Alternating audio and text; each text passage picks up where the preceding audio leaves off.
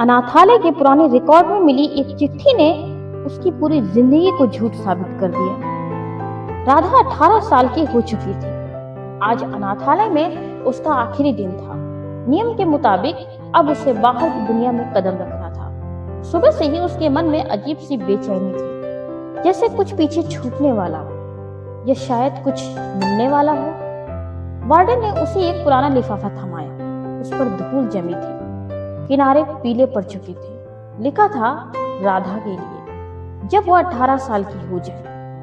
राधा के हाथ कांपने लगे। यह उसकी माँ की चिट्ठी थी। वो माँ जिसके बारे में उसे बस इतना बताया गया कि उसने उसे जन्म देकर अनाथालय के दरवाजे पर छोड़ दिया था। राधा एक कोने में बैठ गई। लिफाफा खोला।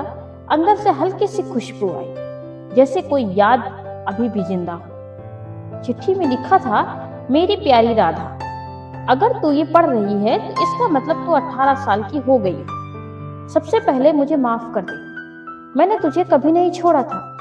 मुझे तुझसे जबरदस्ती अलग किया गया था। राधा की धड़कन तेज हो गई।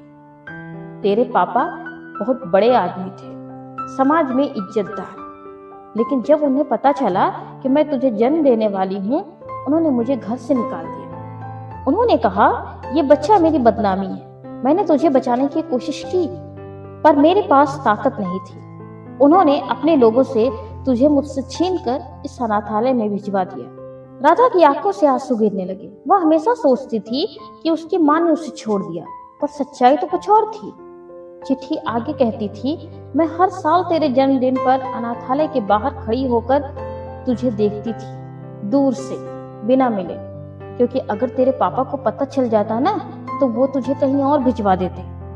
मैंने वार्डन को ये चिट्ठी दी थी ताकि 18 साल बाद तुझे सच पता चल सके। राधा को याद आया, हर साल एक औरत गेट के बाहर खड़ी होती थी, सफेद दुपट्टा ओढ़े। वो समझती थी कोई भिखारी है या फिर कोई पागल औरत होगी।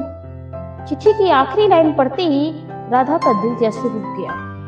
जब ये तू पढ़ रही होगी तो शायद मैं दुनिया में ना रहूं, लेकिन एक और सच है, तेरा पिता आज भी जिंदा है। बहुत बड़ा नाम है उसका।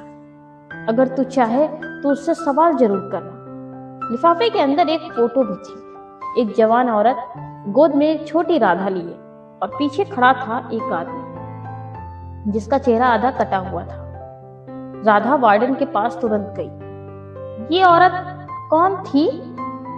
क्या वो यहाँ आती थी? वार्डन की आंखें झुक गई। हाँ, हर साल आती थी, तुझे दूर से देखती थी। पिछले साल वो नहीं आई। सुना है उसकी मौत हो गई।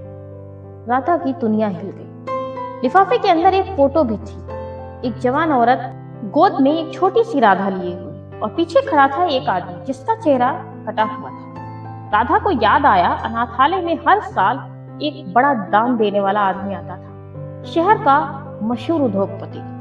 उसके हाथ में भी वही अंगूठी होती थी जो उस फोटो वाले आदमी के हाथ में थी। राधा के पैरों तले जमीन खिसक गई। क्या वो आदमी उसका पिता था? उसे याद आया, वो आदमी हर बार उसे अजीब नजरों से देखता था। एक बार उसने उसके सिर पर हाथ भी फेरा था, जैसे कोई अपना हो। अब सारे टुकड़े जुड़ने लगे। उसकी माँ उसे छोड़कर नहीं गई थी, उसे उससे छीन लिया गया था, और उसका पिता सालों से उसे देखते हुए भी अनजान बनता रहा।